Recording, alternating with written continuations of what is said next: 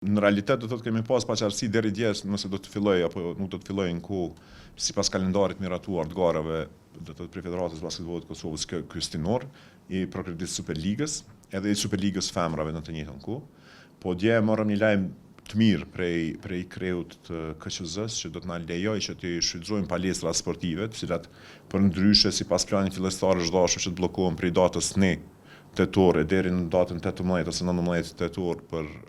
të shërbyer si qendra të numërimit, qendra komunale të numërimit të votave, po fatmirësisht e gjetëm një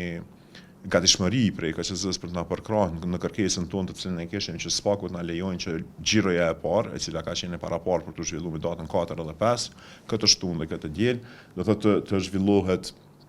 në mënyrë të rregullt. Pastaj xhirën e dytë dhe tretë do t'i shtyjmë, sepse kemi të pamundur që të shfrytëzojmë palestrat tona për ta zhvilluar këtë xhir, këto dy xhira.